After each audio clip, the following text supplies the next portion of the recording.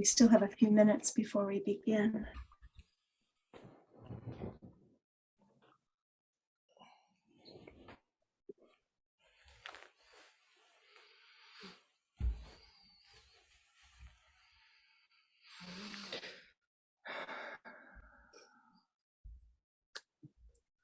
Hi, Mary Ellen.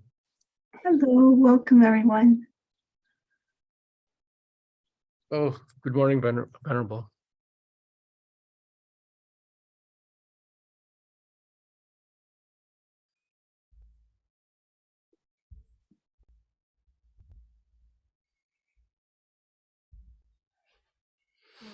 Okay. You can switch to gallery view. I just spotlighted for the recording.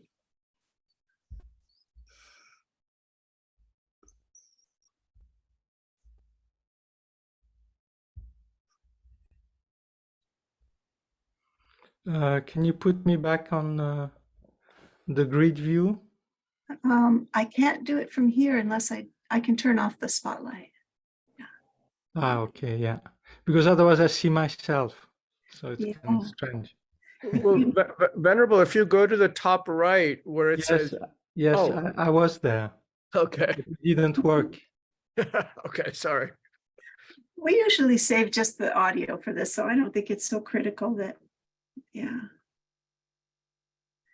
that is spotlit.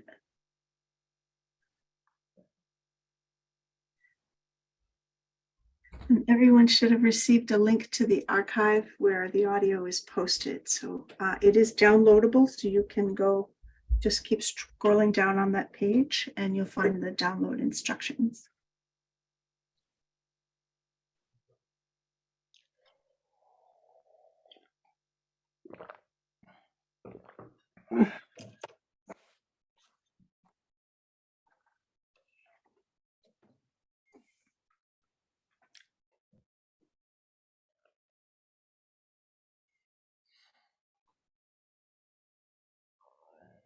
Today, good morning. Oh, lost you.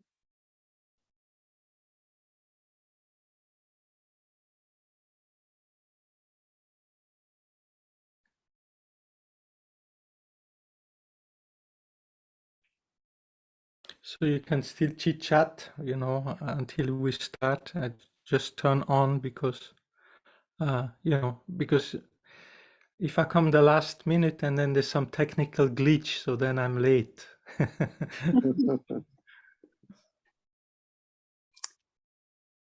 Venerable René, good morning. This Good is morning. Stephanie. I need to leave early this morning. I'm getting Sure. I'm getting a COVID booster this morning. Sure. No problem. You know, how to say, everyone has their own life and things move on. So, you know, if you have to leave sometime, that's fine. And if you cannot come to some session, then there's the recordings, you know, if you want to catch up. So, you know, since it's an ongoing thing, you know, we are not always available. Life has its own momentum. So we try our best, isn't it? And it's Yes. completely fine, you know. Thank you.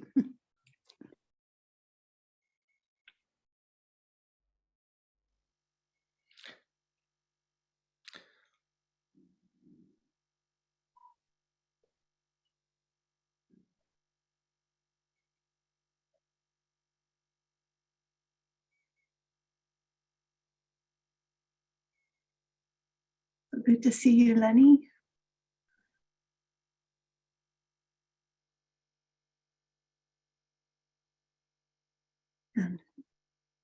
So usually I start on time because one reason is because I'm Swiss, and Swiss are very known for being on time. You know, the Swiss train are on time, the Swiss watch are on time, you know. So I have this habit, you know, of starting on time. And also it's kind of respect for everybody's time, you know, to make the best use of it. And, you know, we know when it starts, we know when it ends. And I think it's just, you know, makes it easier to organize one's life. But then we know our dear Guru Lama Zopa Rinpoche, he lived with a very flexible time, right? To say the least. So yeah, some beings, they are beyond time, so it's different. But I'm not at that level, so I keep time. So this session, as we start, I want to explain a little bit the Guru Yoga of Lama Tsongkhapa that we're going to do each session at the beginning. So there is a beautiful long commentary extensive commentary by Lama Zopa Rinpoche that you can find on Lama Yeshe Wisdom Archive. So for those which have time, there's an extensive commentary there.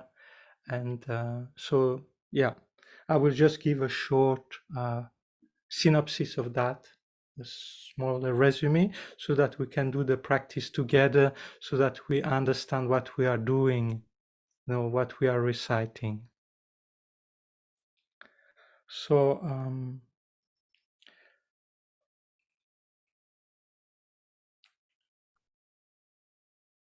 the aim of the practice is, the focus is to see the inseparability of our gurus with Lama Tsongkhapa. So it could be Kyabje Zopa Rinpoche, it could be the Dalai Lama, it could be any of our, Geshe or Lama or Rinpoche that we feel closely connected. So, and it doesn't need always to be the same one. It's not that our guru is going to get upset if we invite another guru to make the practice with. So it doesn't work like that. I think it's what's important is to have this feeling of closeness. So if you just focus on Lama Tsongkhapa, there's some kind of distance there. Whereas if you mix Lama Tsongkhapa with your heartfelt guru, then the qualities that that guru has, and what you feel in his presence and his activity, so that makes it much closer to your heart, right? And then the other aspect is that if you see your guru as inseparable from Lama Tsongkhapa with the same enlightened qualities, then it's an antidote for negative thought, negative speech, negative behavior towards the guru, right? So we don't create the main obstacle for spiritual progress, which is our negative thought, speech, and behavior towards our guru, right? So Guru Yoga has that qualities that more we focus on the quality of our guru and his kindness and and whatever advice he gives, then we try to follow. And also we have this pure view, and then so more pure our view, more blessing we receive, right? So yeah, so when one speaks about the benefit of Lama Tsongkhapa Guru Yoga, we have to think of it, Lama Tsongkhapa, as inseparable from our root guru, right? So the practice is done like any other Guru Yoga practice, is actually done in that spirit. If you do Tara Guru Yoga, Tara is inseparable from your root guru. If you do Chenrezi, is inseparable from your root guru. So with all the deities, it's a given that it's not just the deities separate from your guru, right? So that's something that one has really to remember in all the Guru Yoga practice we do. And if one does that, so we have very little obstacle in our spiritual progress. No, because the basis is really to maintain a pure heart, pure connection with our root gurus. And then one quality of Lama Tsongkhapa Guru Yoga is that whatever text then you study from Lama Tsongkhapa, be it the Lamrim or his commentary on Madhyamikavatara, or any, the 5 stage of completion of Guhya Samaja. So whatever text you read then from Lama Tsongkhapa is somehow, its meaning become very easily understood. So that's one advantage of doing the Guru Yoga of Lama Tsongkhapa, That really whatever, it's almost like you read it and you understand it while reading it, and it helps you to even experience it while you're reading it. So it's a fantastic. I had that experience while there's a preliminary practice where you recite it 100,000 times, and I did it at Kopan in one of the small room in the old days, and I was surprised, how the effect it had on the mind. And then another quality of the Guru Yoga of Lama Tsongkhapa is that it protects us from harmful spirit, harmful nagas, and Zen spirit. And those are, in the Tibetan tradition, they are the cause of many of our mental affliction, mental sickness, and even physical sickness. Right? So we in the West, we are not so sure whether these kind of things exist, and then we do puja to these beings, and sometimes it works and sometimes it doesn't work, but it's the same thing with our doctor, sometimes they help and sometimes they don't, so it's kind of, so especially Kyabje Zopa Rinpoche, whenever you have sickness, he would say, it's this and that spirit problem, do this and that puja. So he was very much in tune with this thing, and 100% believed, that our physical problem and our, came from this other dimension. So anyway, so it says that if you recite Mitsema, it protects you, from this kind of spirit. And then if one does this practice, so it protects our mind from mental affliction, by being close to the Guru, so it protects our mind. And then it creates the cause for us to meet Lama Tsongkhapa's teaching again next life, to be able to continue the spiritual journey that we have started. To be in the same tradition and continue. So doing the Guru Yoga helps for that. And also it creates the cause for us to be born in the pure land of Tushita, in the land of joy. So we create a connection for that. And also it helps us to increase our intelligence, right? So because Lama Tsongkhapa is inseparable from Manjushri, and so our intelligence, to understand things quickly, to understand things deeply, to understand things in a vast way, and also it helps us if you write books, if you compose things, so you have a kind of, your mind becomes brighter, clearer, if you write text. And also if you explain, if you teach to others, if you explain things, then also your speech, your intelligence, the clarity of what you say is enhanced. So these are some of the qualities that come from doing these Lama Tsongkhapa Guru Yoga. So I'll explain a short way, because the words sometimes, because they are poetic, it's sometimes a little bit difficult to understand what they mean. So I go for refuge until I'm enlightened to the Buddha, Dharma, and Sangha. So that's quite simple. By my virtuous action of giving and so on. So my virtuous action of giving, so on means, my virtuous action of ethic, of patience, perseverance, calm abiding, and wisdom, by doing so. By doing those, by perfecting these 6 perfection, may I become a Buddha to benefit all beings. So that's a short which says that, so it's by perfecting my giving. So there's the 4 type of giving, right? Giving materials, giving love, giving dharma, and giving protection, right? So how we become a Buddha is by perfecting our giving, by becoming better at giving these 4 kind of things.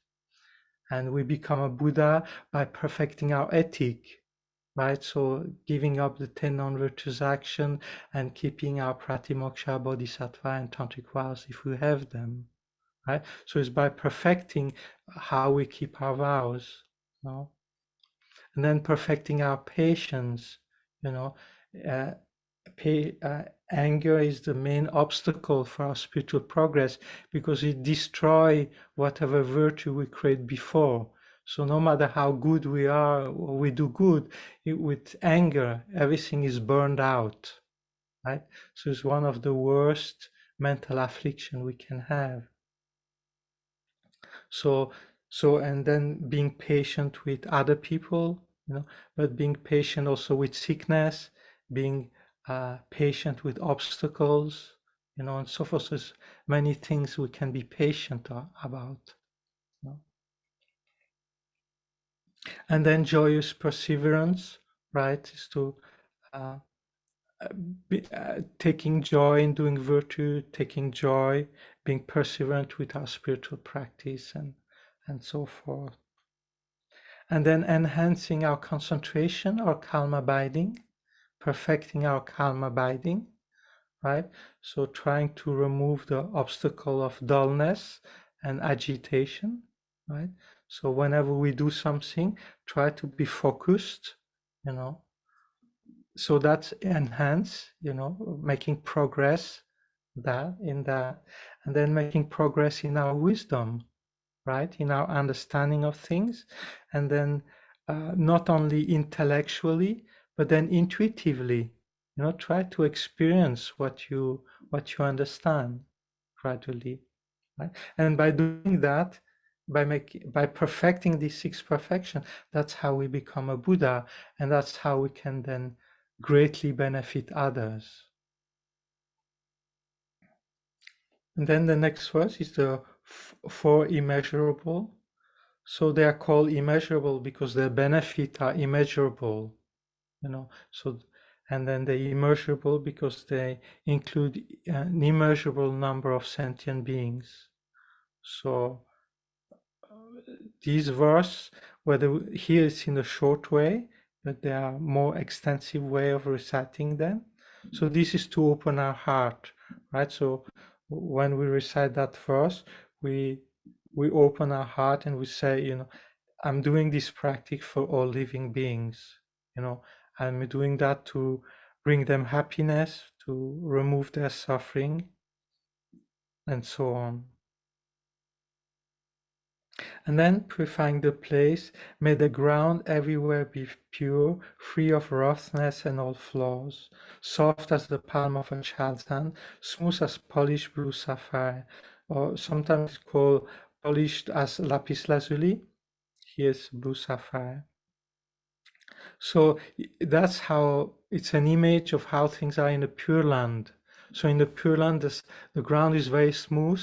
You know, there's no bump, no thorn, no stone. So it's very soft. You know, so that verse is to remind us, you know, to imagine that we are in a pure place.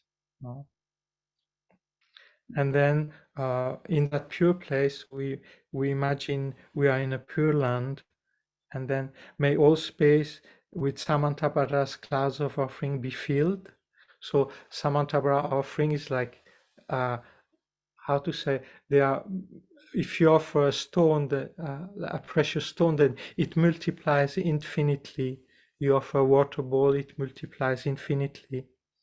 Little bit like when, you know, you put something in front of 2 mirrors, and then the reflection multiplies infinitely in all these myriads of mirror, right? So the offering of Samantabhadra has that feeling of multiply infinitely.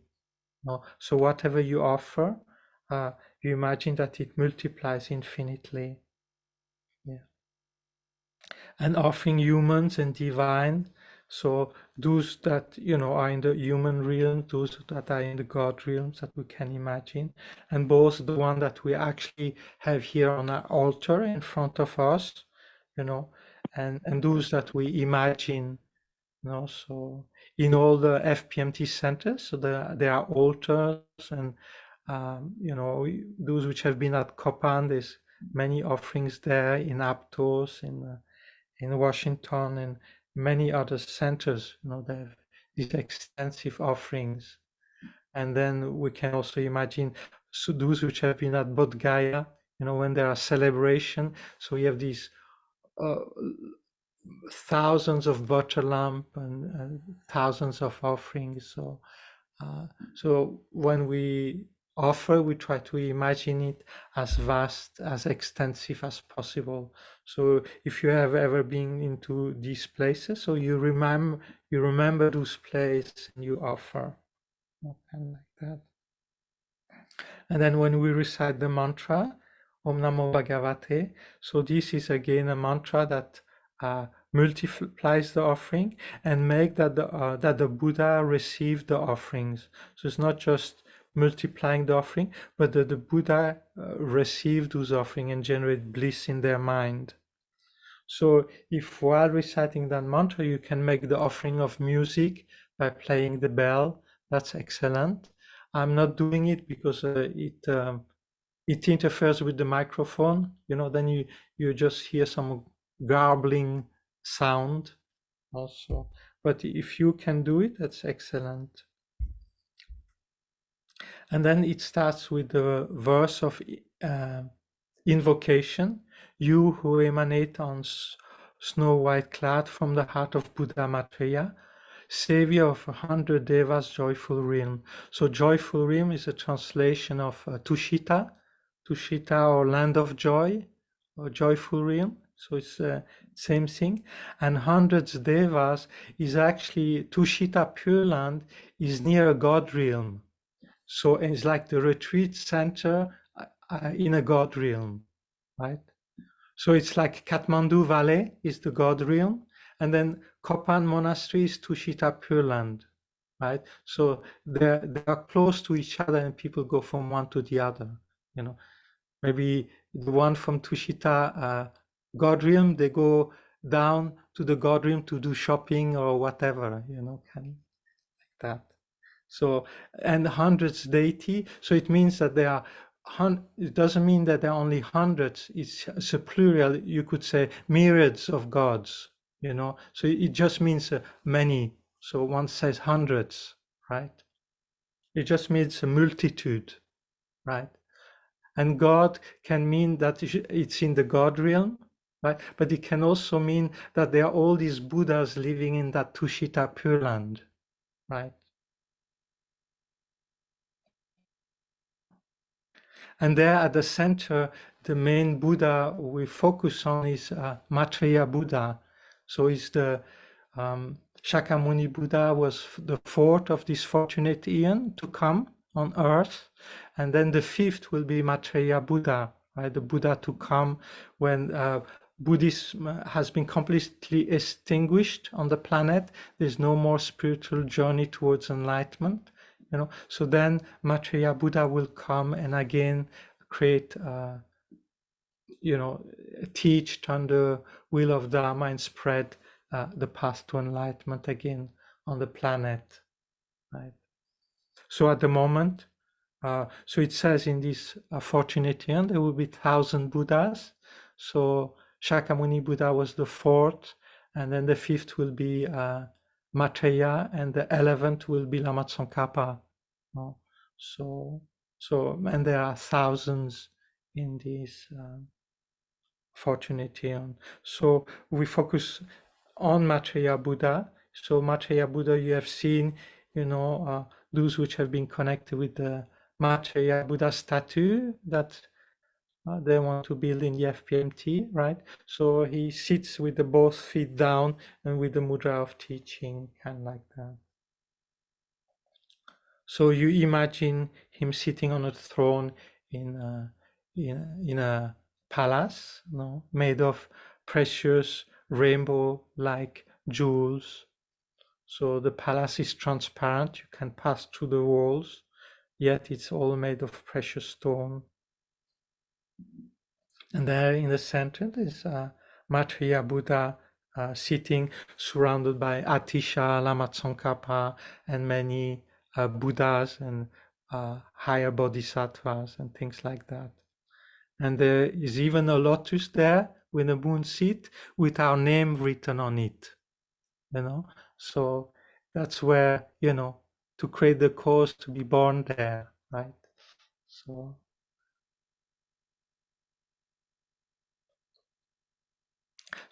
the image there. So and then from the heart of Maitreya Buddha comes a cloud down from the Pure Land to the room in front of you. So the cloud comes, you know, magically into the room, in your room, you know, in front of you. And then on that cloud, there's a throne, a lotus, sun and moon disk, on which sits Lama Tsongkhapa.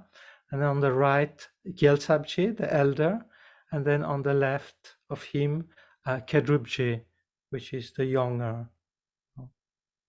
So these were the two first Gandhatripas, you know, when Lama Tsongkhapa passed away. So there were two of his main disciples, which each composed commentaries, and yeah, they're very famous lamas themselves.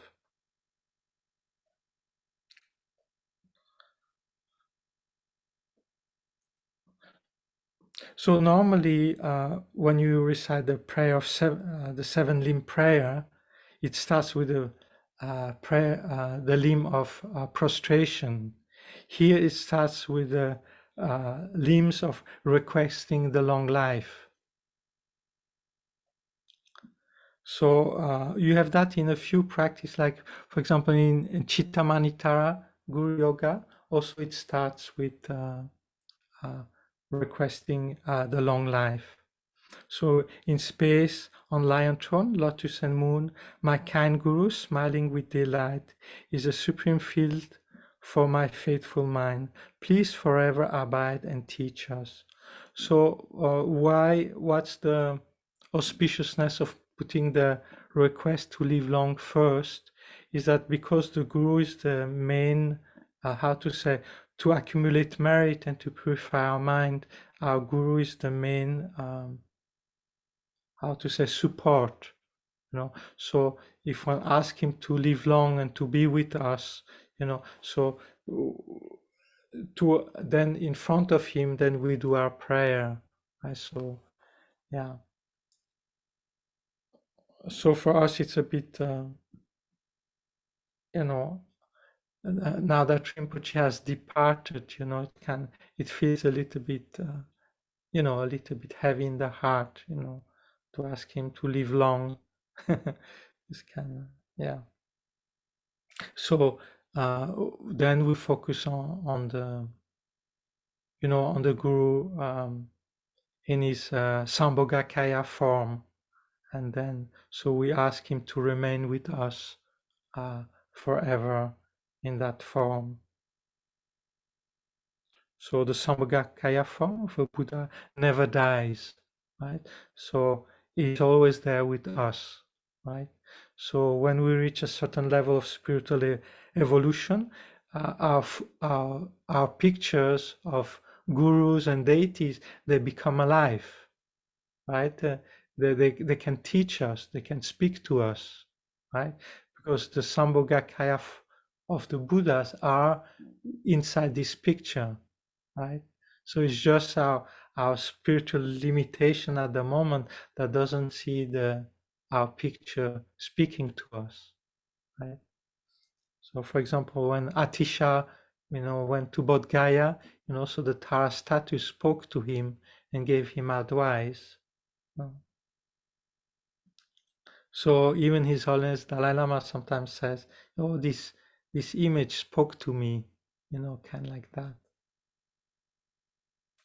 So basically, it's the Sambhogakaya form of these beings, you know, that can speak to us if we are at that level.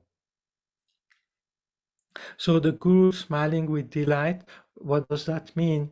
It's like the Guru is very happy that we think of him, that we make prayers to him, that we that we do this practice, So he's very pleased with us. That's why he smiles with delight. So we had that expression also in the Lama Chöpa. The Guru is happy. He's smiling because he's happy that we do this practice, that we that we do something to evolve spiritually, to become Buddha ourselves. And the supreme field for my faithful mind, so is to remind us, to have faith and devotion and aspiration, right? So when we speak about faith, there's the faith of belief that this being has these enlightened qualities, right? And then there's the faith of aspiration to become like that ourselves, right?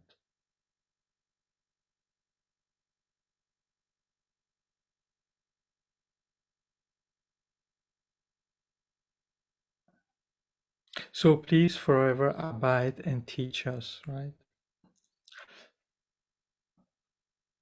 Then the limbs of prostration. So prostration is an antidote to pride, right? So if we have pride, we won't learn something new, So to be humble and to, even if it's something we have heard many times, depending on our attitude, something can be beneficial to our mind. For example, I'm always surprised, sometimes His Holiness Dalai Lama gives some very beginners teachings, and there are Geshe Larampas there, there are Rinpoches and things like that, and they are very humbly there taking the teaching of His Holiness, and it's very simple teaching, very simple advice, but they are there, not at all imbued with their knowledge and their pride and things like that. They very humbly listen to His Holiness's teaching. So I think it's that attitude in the heart, of being humble and learn something, and there's always something new that one can learn. And I think the teaching is not only the words, but also what is conveyed from the heart, So your holy mind knows all phenomena. So that means He's omniscient. Your fluent speech is a sweet melody for the ears of fortunate beings. So it means that each student hears something that is beneficial for his mind. So sweet melody can also be there for the 64 quality of speech of a Buddha. To remind of that. Your formless spent with fame's glory. So Lama Tsongkhapa was very famous in Tibet for his knowledge, his extensive studies, and then his composition, and then the Mönlam festival that he created in Lhasa, and all the statues that he restored. So he did incredible activities in Tibet, little bit like Kyabje Zopa Rinpoche, the incredible activity he did in his life, right? So, and that resplendent with fame's glory, so it's a poetic way that how people admire his life, what he did, like us with Kyabje Zopa Rinpoche, we admire what he did in his life, all the what he was able to achieve, So Lama Tsongkhapa in the same way. I prostrate to you who is meaningful to see, hear, and bring to mind. So recollecting these holy beings. So it's very beneficial for our mind. And then the next verse is to counteract our miserliness. So we make offering so as extensive as possible, right? Pure water and well-arranged flower, fragrant incense, light perfume, and more. Clouds of offering, real and imagined. I offer you supreme merit field. So these are the traditional offering of water, flower, and so forth. And those real and those imagined offer to you supreme merit field. So our spiritual teacher, our gurus are the supreme merit field. So merit field, our parents are merit field, the Sangha are merit field, our spiritual community are merit field, the Arhats are merit field, the Bodhisattva are merit field, the Buddhas are merit field, and the supreme merit field is a guru. Right? So that's what's the meaning of supreme merit field. Yeah. And then confession. So here we have to feel sorry for the mistake we did or we continually do, right? Non-virtues of body, speech, and mind. So these are the 10 non-virtues. Transgression of my 3 sets of vows. So these are the Pratimoksha, Bodhisattva, and Tantric vows for those which have them. Committed since beginningless time, all I confess deeply from my heart. So here if you generate regret while chanting that verse, if you generate regret and the determination of not doing again, so then it becomes a very powerful purification. So it cleans, whatever negative actions we have done in the past, so that we don't have to experience it as sickness, mental problem, spiritual difficulties. Then is the verse of rejoicing. In this time of degeneration, you made your life highly meaningful. Renounce the hate worldly concern, strive for knowledge and realization. In your extensive accomplishment, I rejoice deeply within my heart. So while reciting or chanting that verse, you remember the qualities and the achievement like of Mahamudra Rinpoche or His Holiness Dalai Lama or Lama Tsongkhapa if you have read his biography. So rejoicing is the best way to accumulate merit, the quickest way. So if we rejoice at somebody that is at the same spiritual level than ourselves, we create the same merit than they do. And if beings are spiritually more evolved than ourselves, we get half their merit. So each time we rejoice in what Kyabje Sopa Rinpoche achieved, what His Holiness Dalai Lama does, we get half their merit, and they create a huge amount of merit, every second they create huge amount of merit. So to get half of that, we become very, very rich spiritually, So I think many Lamas says it's the quickest way to accumulate merit, to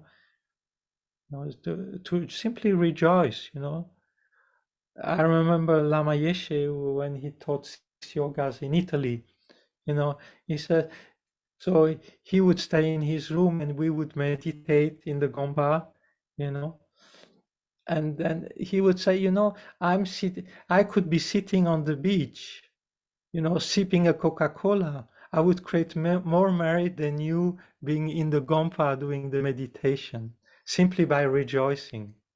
He was saying like that, half jokingly, but and it's true, if you rejoice in the activities of the Dalai Lama, of Lama Zopa Rinpoche, of all the Buddha, you create so much merit, and you can be just relaxing in your sofa, not doing anything other, just rejoicing, So I think it's something, for example, Lama Zopa Rinpoche often in the pujas, like in the Lama Chopa, he asks us to stop there and really rejoice in your own merit. We always think, oh, I'm not doing enough, I'm not good enough, I'm lazy, blah, blah, blah. Instead of we always look at the glass half empty, So it's good to look at the glass half full. We try, we do some things, right? So by rejoicing in that, we enhance their power, right? So rejoicing, like it says, if you rejoice in your own virtue, you double them, and you rejoice again, you 4 times multiply them, So each time it doubles when you rejoice in your own qualities. And also it helps for self-esteem, you know, self-respect, because yeah, especially if we have this tendency of putting ourselves down.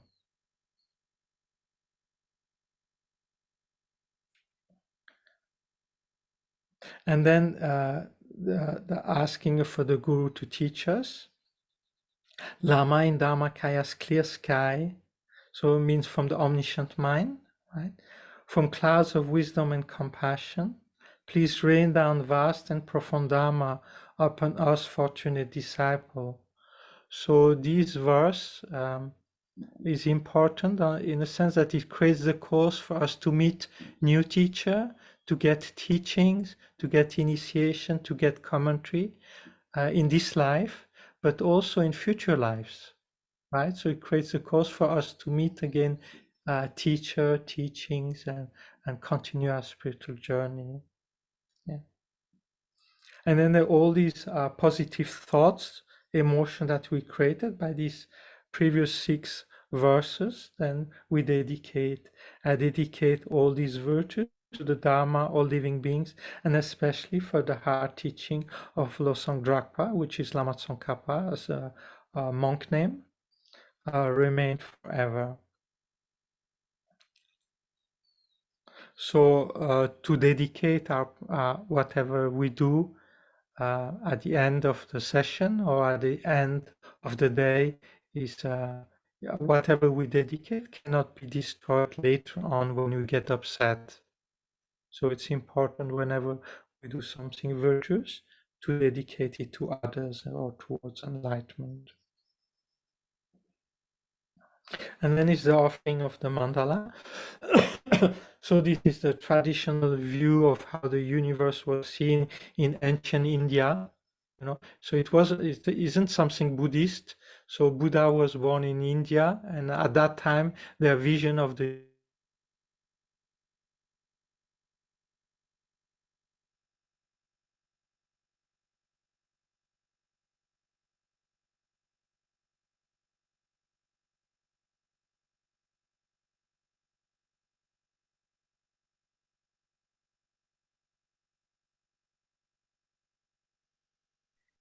I'm sure he will be back in just a minute.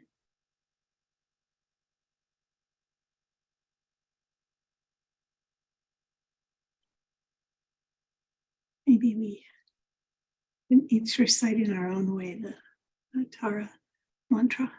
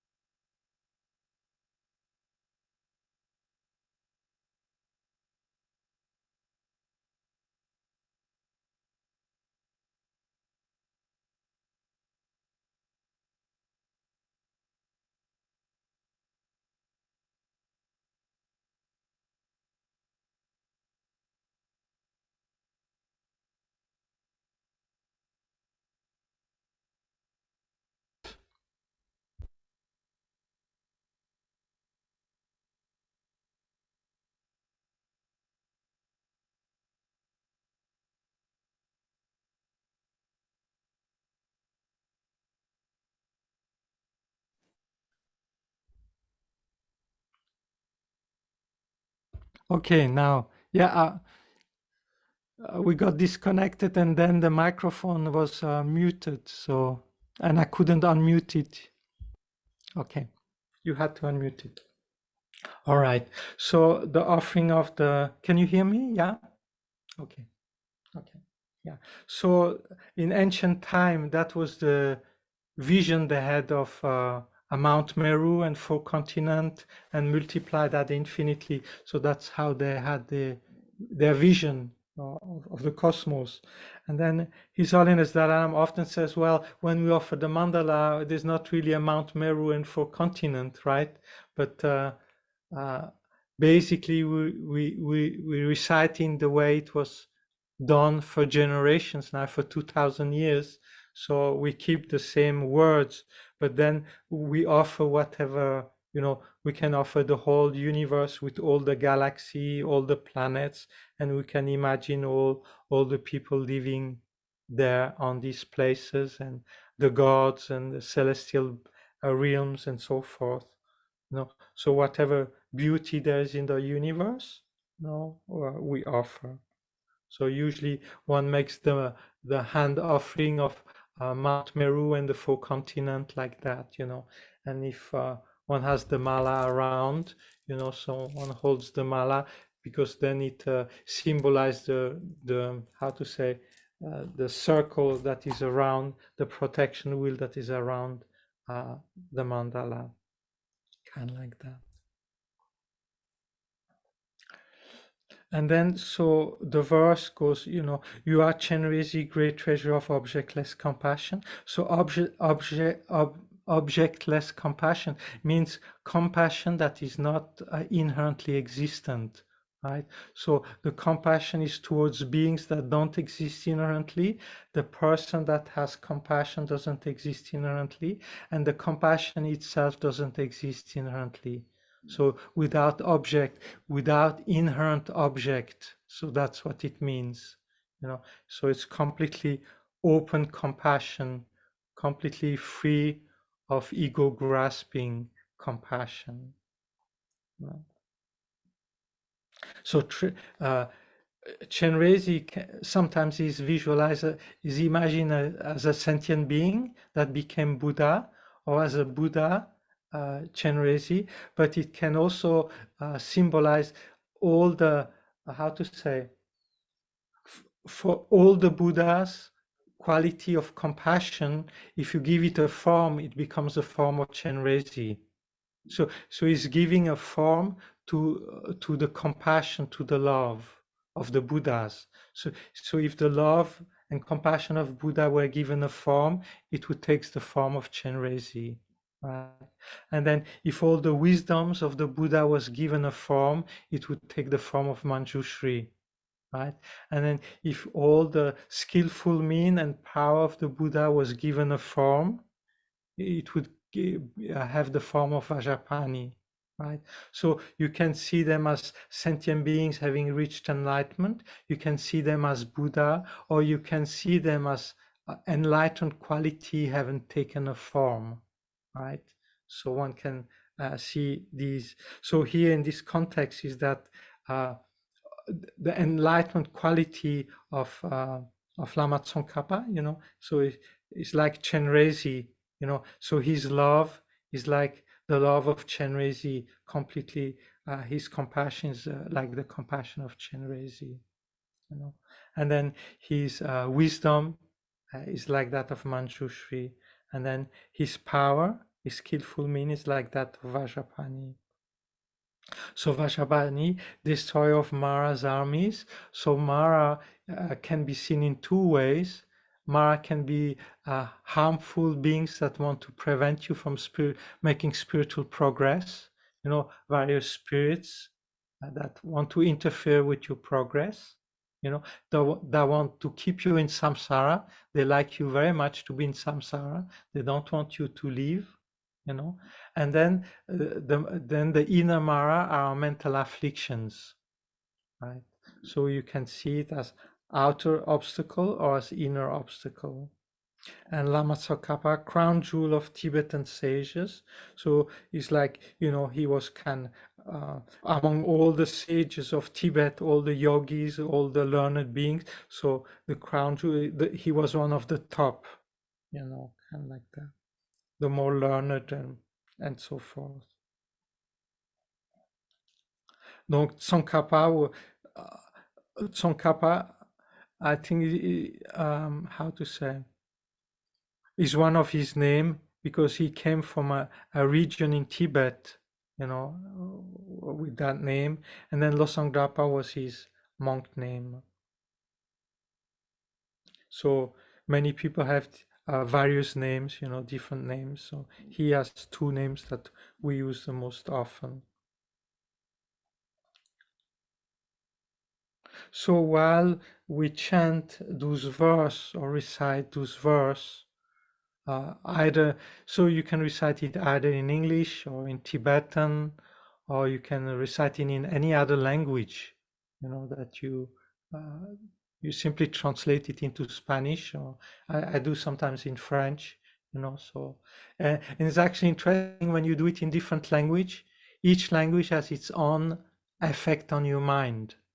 So it's good to, to sometimes recite it in different language and see what effect it has on your mind. So, and the visualization, the principal visualization is to see, so sometimes you focus on Lama Tsongkhapa, and then Lama Tsongkhapa transforms into your root guru, and then your root guru transforms into your yidam, and then back into Lama Tsongkhapa, back into your root guru, and back into your yidam. So traditionally the yidam here is Manjushri. So Lama Tsongkhapa transforms into Manjushri, into your root guru, and then back into Lama Tsongkhapa. So while you do that, it helps your mind to see the inseparability of them. That is not your yidam separate from your guru, or your guru separate from Lama Tsongkhapa. In essence, they are one. So you meditate on that while reciting the mantra, and then focusing on his or her quality. So the quality of love, compassion, the quality of wisdom, and the quality of power and skillful mean. And you imagine receiving the blessing. So there's different way of visualizing the blessing. One, the simple way is to visualize white light that completely purify all your mental affliction, all your negative karma, and then golden light that gives you all the realization of love, wisdom, and skillful mean. You can also, if you're good at visualization, if you how to say, your mind becomes clearer to visualize, you can also visualize Manjushri at the head chakra of Lama Tsongkhapa, Chenrezi at the throat chakra of Lama Tsongkhapa, and Vajrapani at the heart chakra of Lama Tsongkhapa, and then receiving the blessing like that.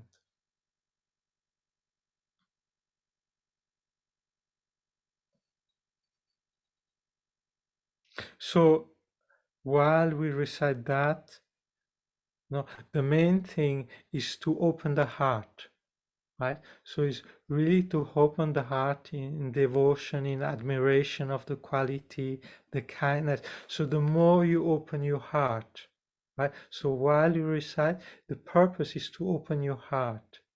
Because once your heart is open, then you absorb the Guru in your heart. Your heart is open, then all the spiritual realization come. Then when you do Mahamudra meditation, which is the step after, the more your heart has been pacified, open, then Mahamudra meditation becomes very easy. You see? So what makes it difficult is our heart is closed. With all our negative thinking, all our scattered mind, all our affliction, you see, the heart is not open. So the more we open our heart to devotion, prayer, then when you absorb the Guru in your heart, you see the heart, you have the heart in our, how to say, physical body, then you have the heart in your subtle body, and then you have the heart in your very subtle body. So the more you open your heart, your mind goes from the gross mind to the subtle mind to the very subtle mind. So the more your heart is, the more you open your heart, the more you have access to more subtle level of your consciousness. And the more you have access to that, you see, the gross mind is quite dualistic, subject and object. The subtle mind is less dualistic, and when you are in the very subtle mind, there's no more distinction, subject and object, right? So you see, the more subtle the more, how to say, more you can access a subtle level of consciousness, the Mahamudra meditation becomes very different at each stage, right? So the more you clean your heart, you open your heart, the quality of your Mahamudra meditation changes, right?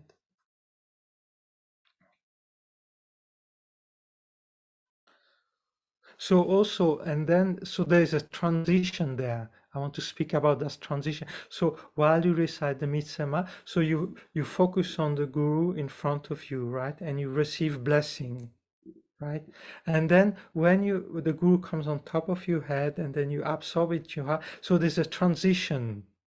It's like when you're outside, and it's sunny, and you go inside your house and suddenly it's all dark, right? There's this transition of being out at the sunshine and you go into your house and it's maybe not much window or the curtains are a little bit closed. So you enter, and it takes a while for your eyes to adapt to being inside. And then once you adapt it, you see clearly inside the house. But while there's that transition, right? So when you are focused on the Guru outside and you absorb it into your heart, there's a transition. At the beginning, you don't recognize clearly the nature of your mind, right?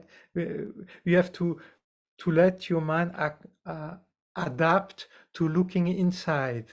So you have to wait a little bit. Like when you come from outside in, you wait a little bit till your eyesight adapts to seeing inside, right? So when you absorb the Guru in your heart, same thing at the beginning, you have to adapt to looking inside, to recognize your mind, that which is clear and knowing.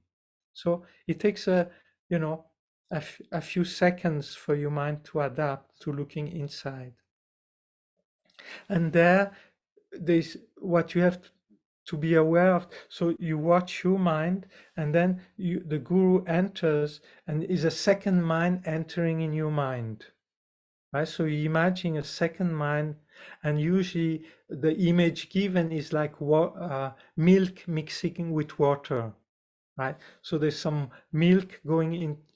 Milk symbolizes your Guru, and then water symbolizes your own mind, right? So the milk enter into water, and at the beginning, if you have a glass of water and you put a few drops of milk in it, first, the milk is separate from the water, and you can see, oh, here's the milk, here's the water, and then gradually they completely, and if you mix it, then it becomes indistinguishable.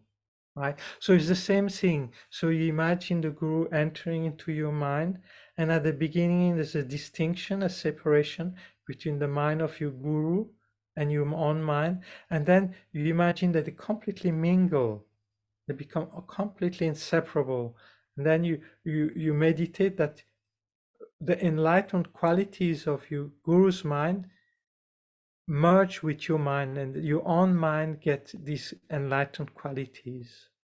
Right?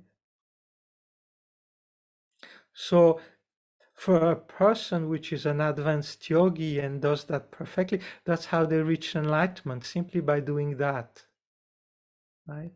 So if one has very pure devotion, very pure heart, really that's happening, is your Guru's mind merge with your mind and all his enlightened quality, you experience that, right?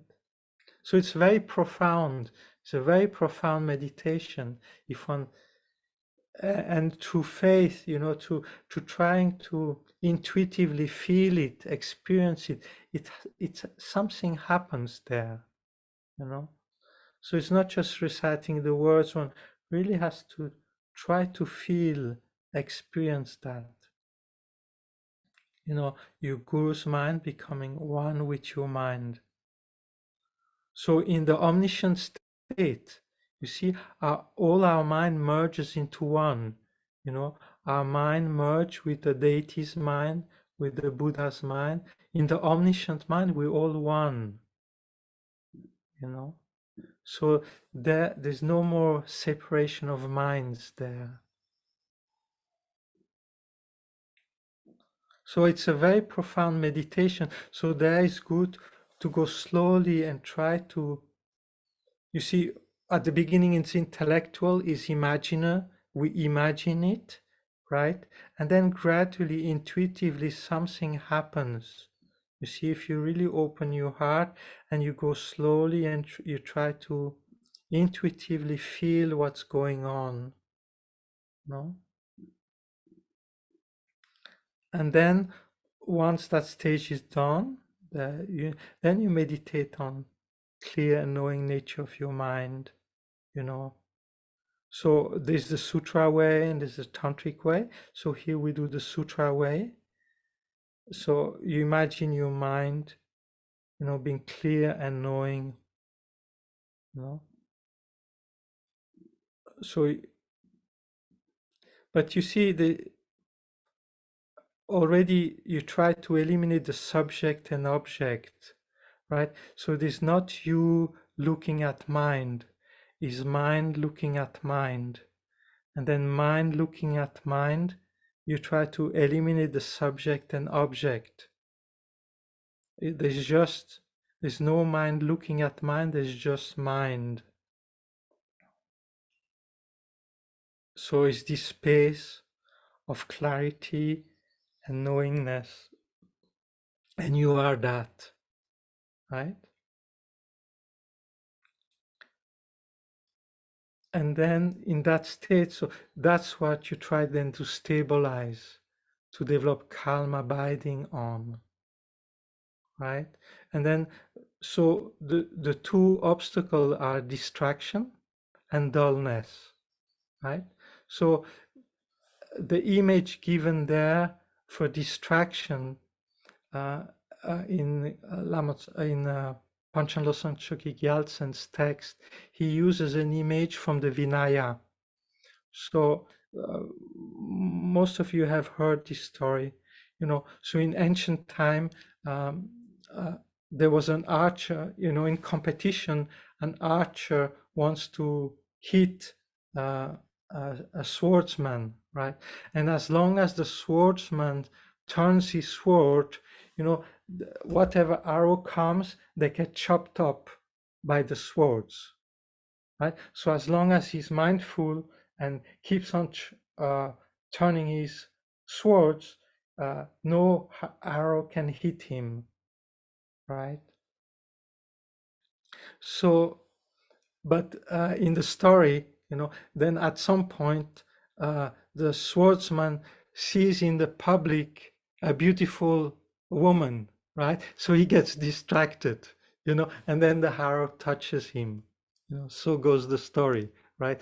But so what he says is that as long as you're mindful, so in the Vinaya, it's as long as you're mindful of your vows, you know, you won't let them degenerate, right? So as long as you keep the mindfulness, you won't get hit by downfalls, right?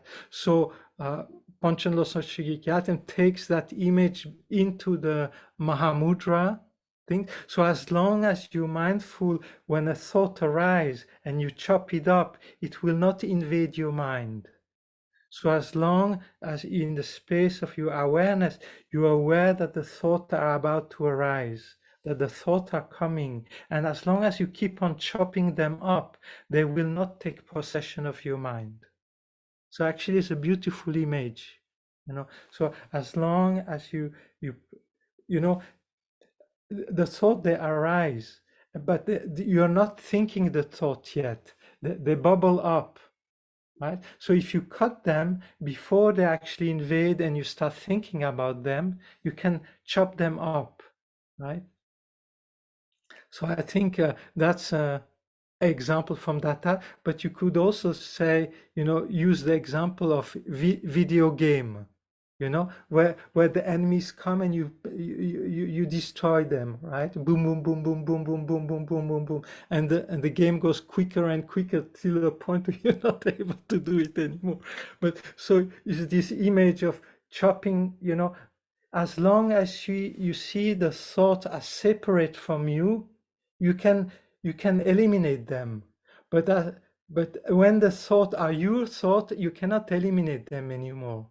Right? So you have to stop them before they take possession of your mind, right? So you simply you use whatever trick to chop them up, and not these are not my thoughts, you know. I prevent them from invading my mind, right? Whatever trick you have, and as long as you keep that mindfulness of chopping them up, they won't take over. But as soon as you forget, oh, suddenly you start thinking about this and that, right? So it's actually a beautiful image, you know, to cut the thoughts as much, you know, and then you will notice after a while there's less thoughts. They become less powerful or less frequent, and gradually you need to be less mindful to chop them up, you know. So the calmness, the stillness of your mind will increase.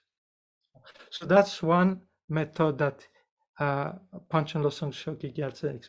Then there's the other image. So we will try both. We'll do 5 minutes of one and then 5 minutes of the other. So the second method is when you look at the thoughts, you look them differently.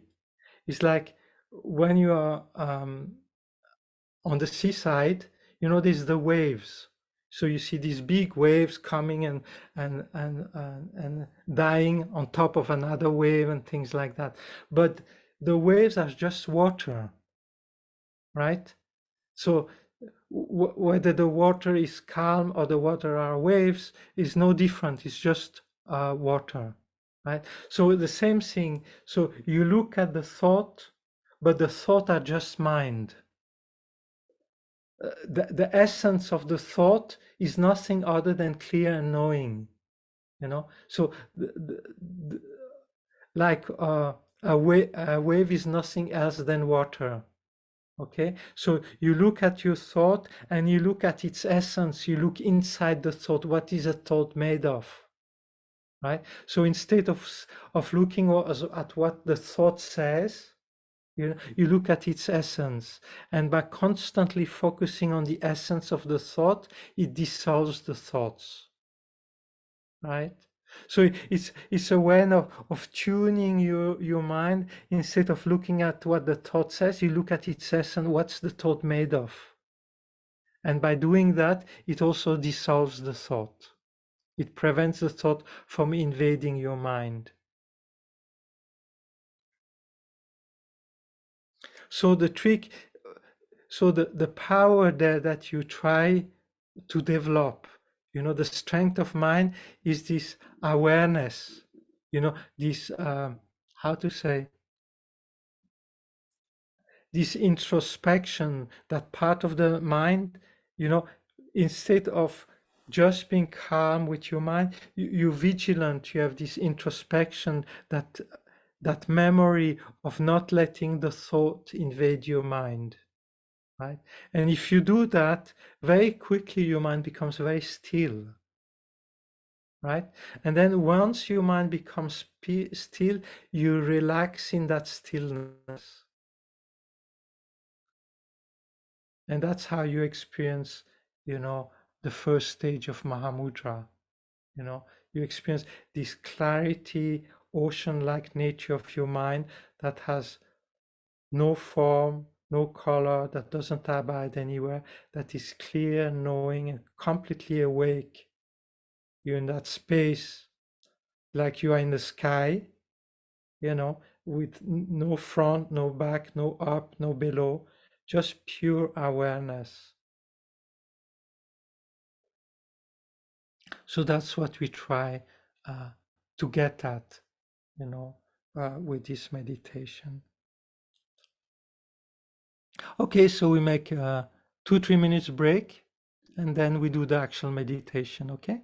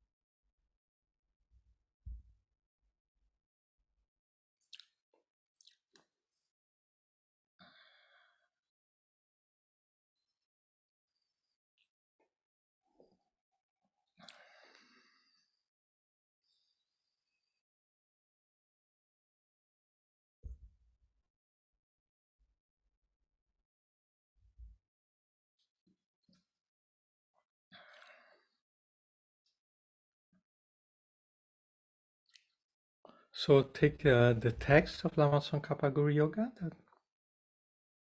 Then we start with the 9-round breathing.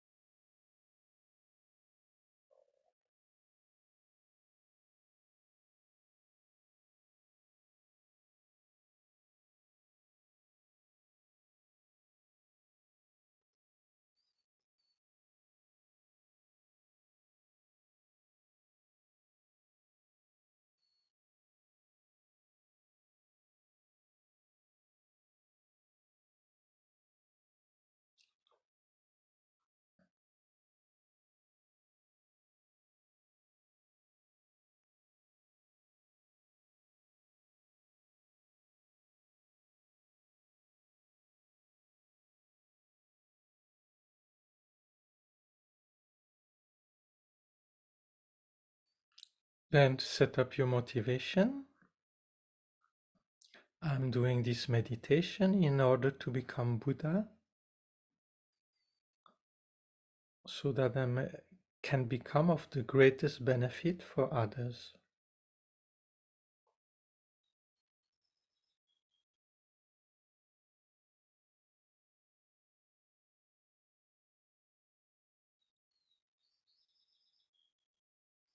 Then in space in front of you, you imagine Shakyamuni Buddha as inseparable from your root guru.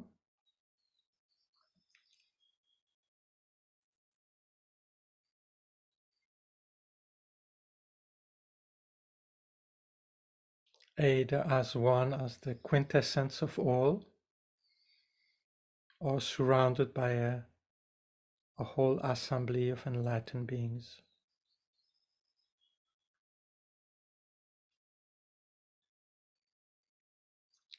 So in the nature of light, of bliss, love, joy,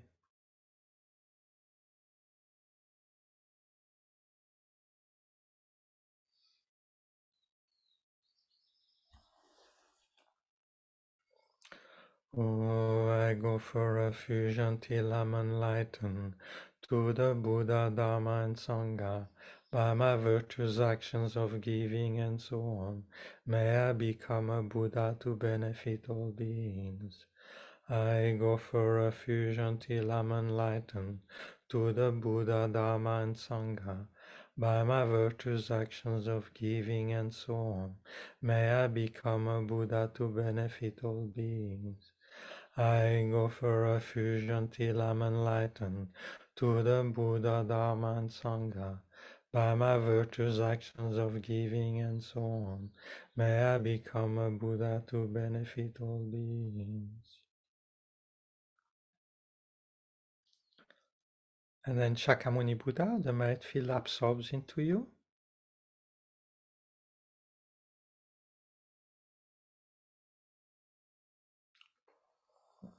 Then we open our heart towards others.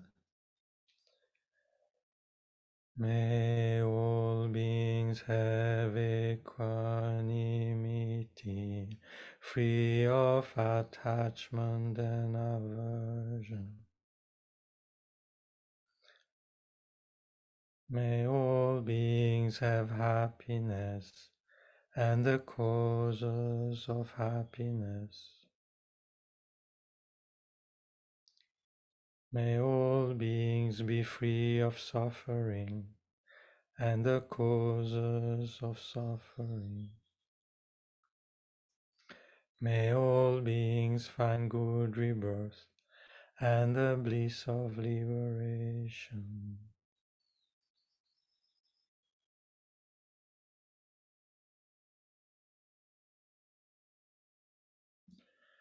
May the ground everywhere be pure. softness and all flaws, soft as the palm of a child's hand, smooth as polished blue sapphire. May all space with Samanta Bhadras, clouds of offering be filled, offerings human and divine, both actual and imagined. O Namo Bhagavate Vajrasattva Tathagata Arate Samyak Sambuddhaya Tayada Om Vaja Vaja Ma Vaja Mate Mahavidya Vaja Ma Bodhicitta Vaja Ma Bodhi Mando Basam Kamana Vaja Savakama Avarana Vijodana Vaja Yesu Om Namo Bhagavate Vaja Sambhamana Ganaya Arate Samyak Sambuddhaya Tayada Om Vaja Vaja Ma Vaja Mate Mahavidya Vaja Mahabodhicitta Vaja Mahabodhi Mando Pasam Kamana Vaja Savakama Avarana Vijodana Vaja Yesu Om Namo Bhagavate Vaja Sambhamana Ade Samyak Sambuddhaya Tayada Om Vaja Vaja Vaja Mahavidya Vaja Mahabodhicitta Vaja Mahabodhi Mando Pasam Kamana Vaja Savakama Avarana Vijodana Vaja Yesu.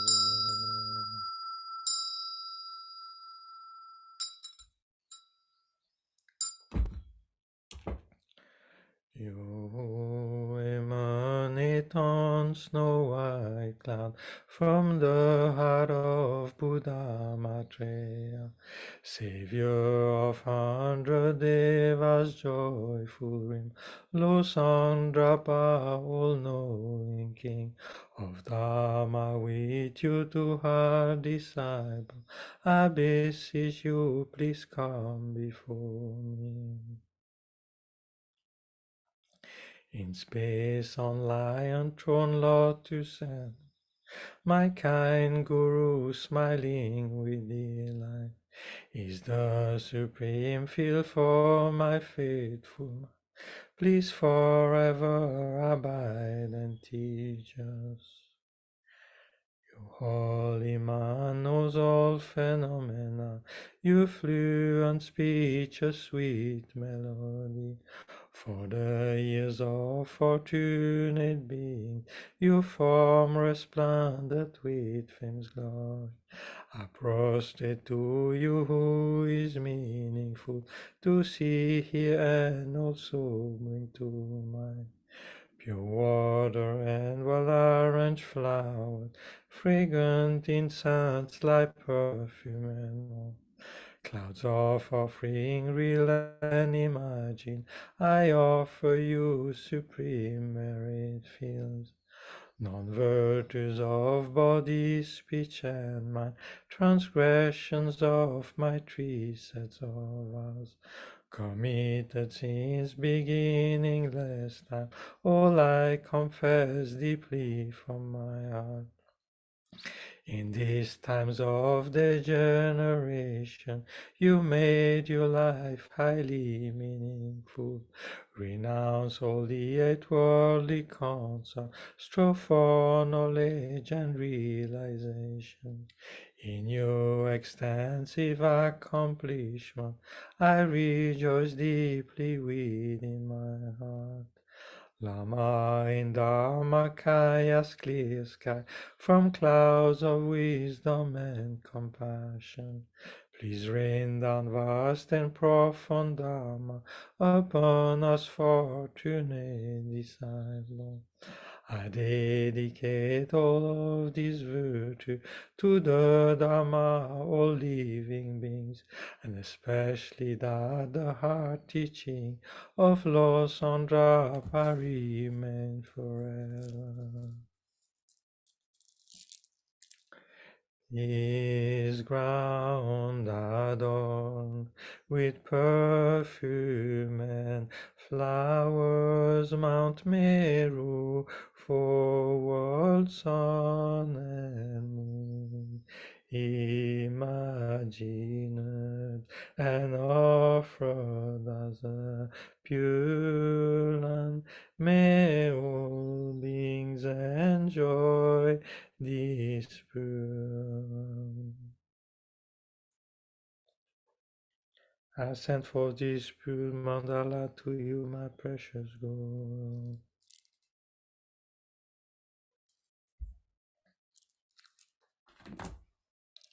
Mi mete we te chen chen res. Di me kempe wambo jampe. Dumpu malu jomze sanwe. Ganchen kepe Tugyen Songkap Lozandaba,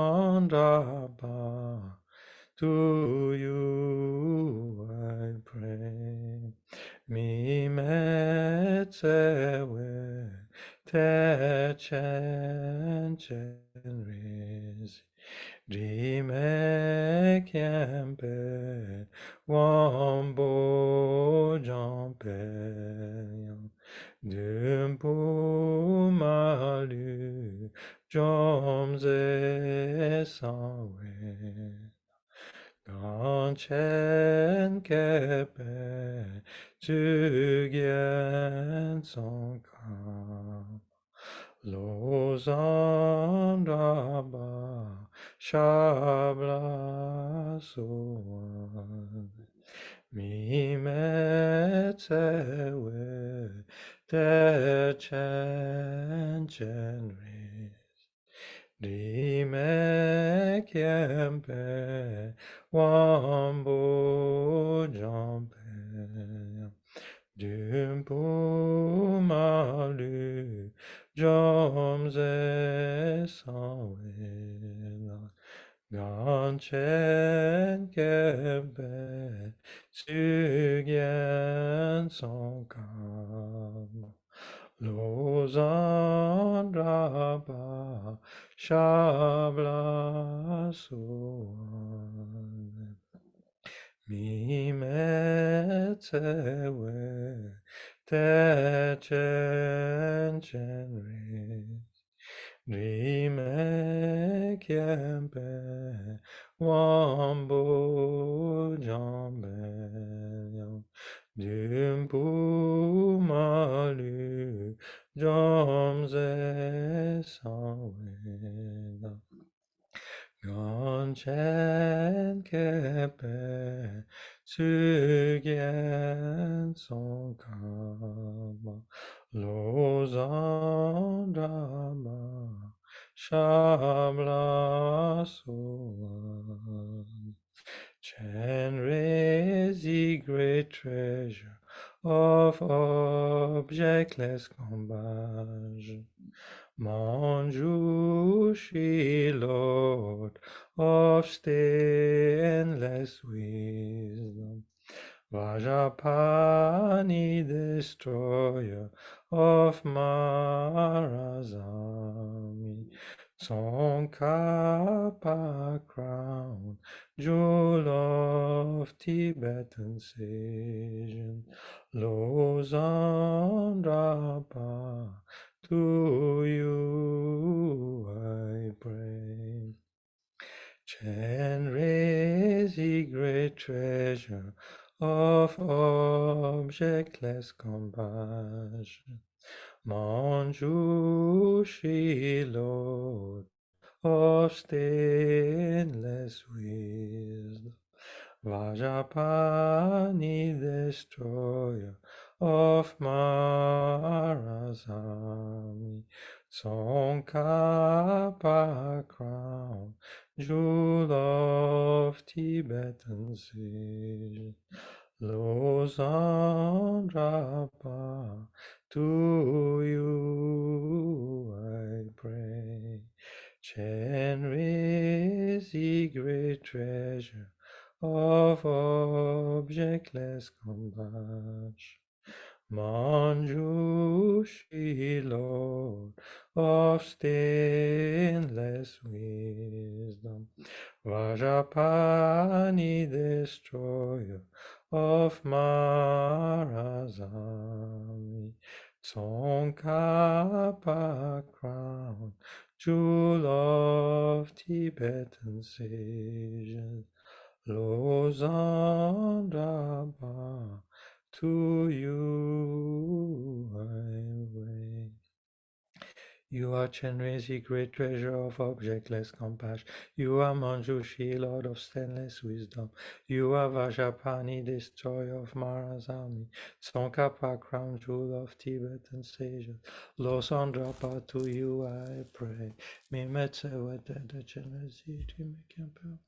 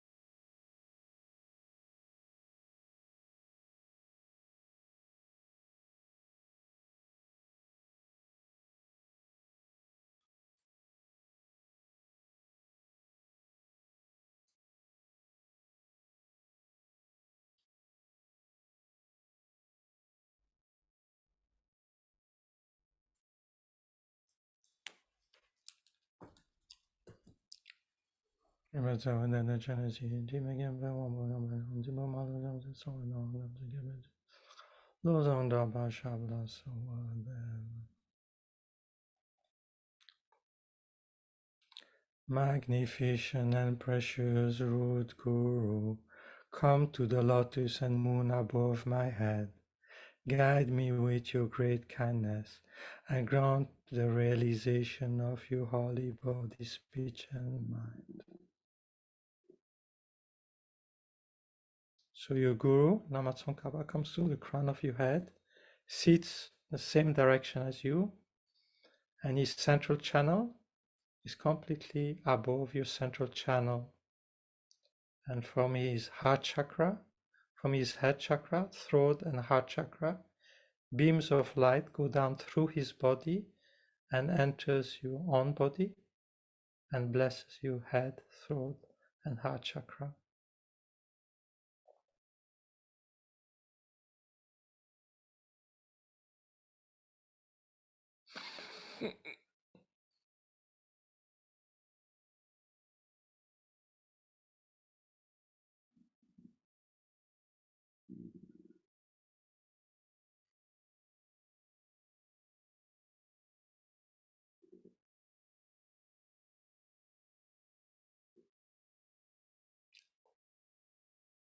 Then he shrinks in size to the size of a thumb or the size of a pea.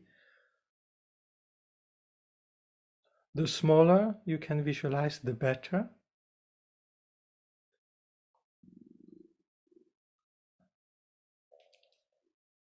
So it's like a powerful nuclear energy, concentrated energy of your guru. And as we recite the next verse, or after reciting the next verse, you imagine that it enters your central channel by the top of your head and gently comes down to merge with your mind at your heart.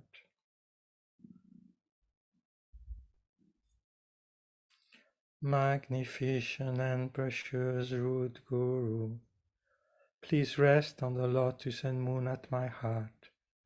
Guide me with your great kindness and stay with me always until I achieve enlightenment.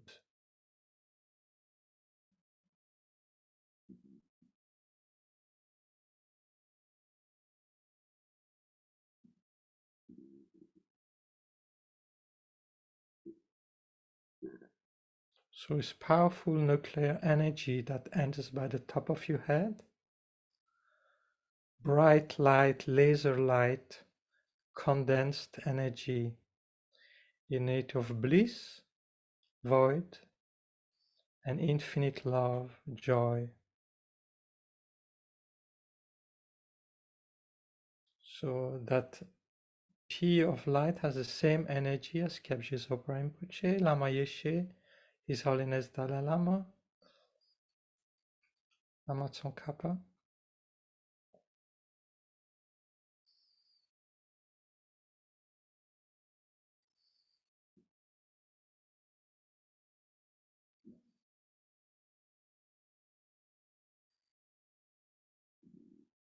And in your heart, you imagine like a moon disk or a sun disk as the nature of your subtle mind. It's like a pool of water, a pool of mind. And then the mind of your guru gradually merges with your own mind.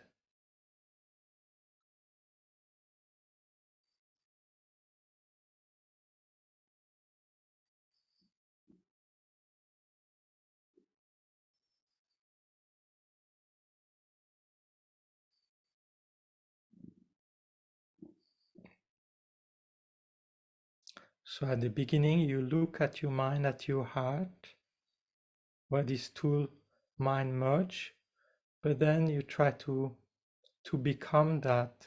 Instead of looking at it, you try to merge your awareness completely with that mind, not looking at it, but being it.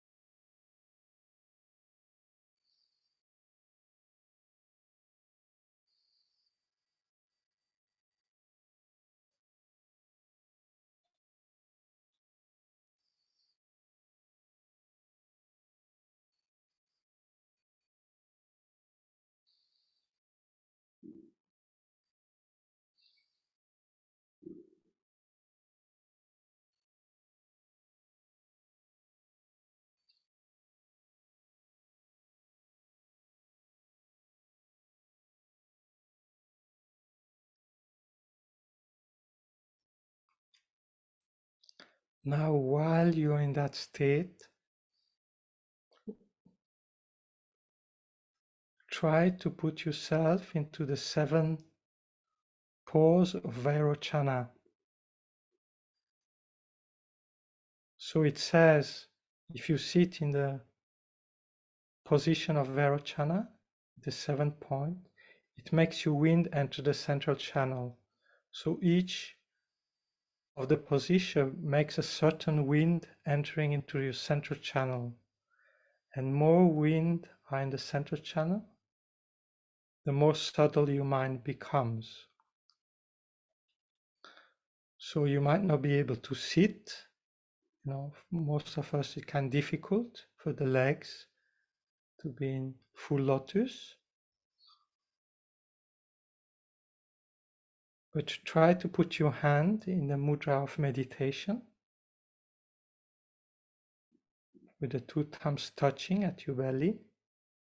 So it makes the wind enter the central channel. Then sit with the spine straight. Again, it makes another wind enter the central channel. The two shoulders relax. Again, another wind enters the central channel. You keep your gaze towards the nose. Another wind enters the central channel. And then you put your tongue against the palate, behind the teeth, up. Another wind enters the central channel. And then you keep the lips closed, but not the teeth.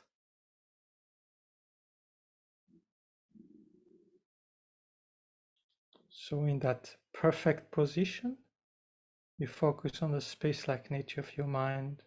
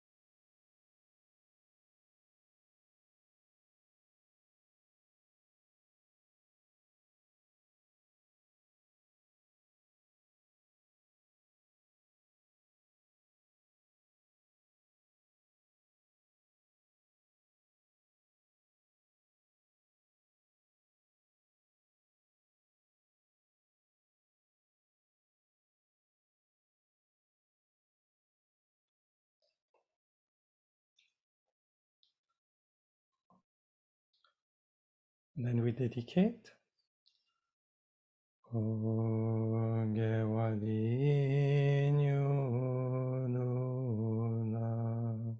Lama Sangye Drugyurne Drowa Chikyam Maluba Keki Sala Gobasho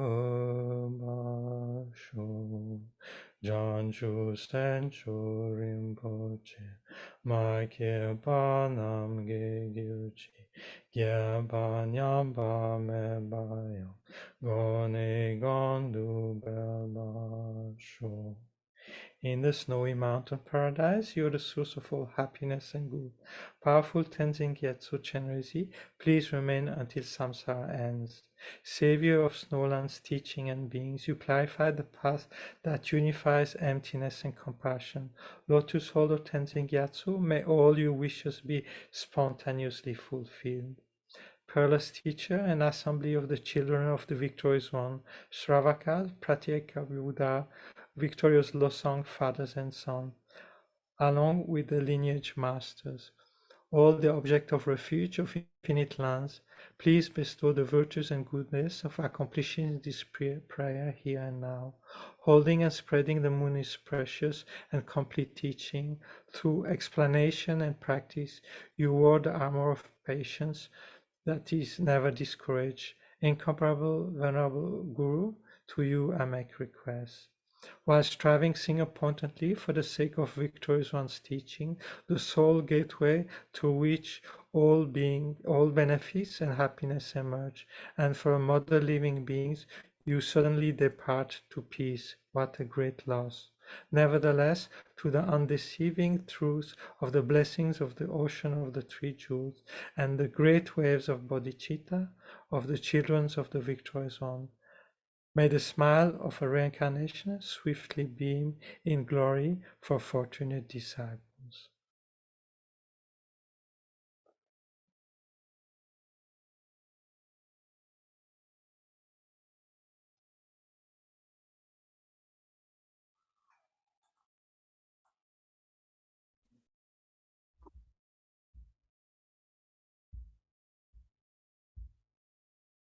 All right.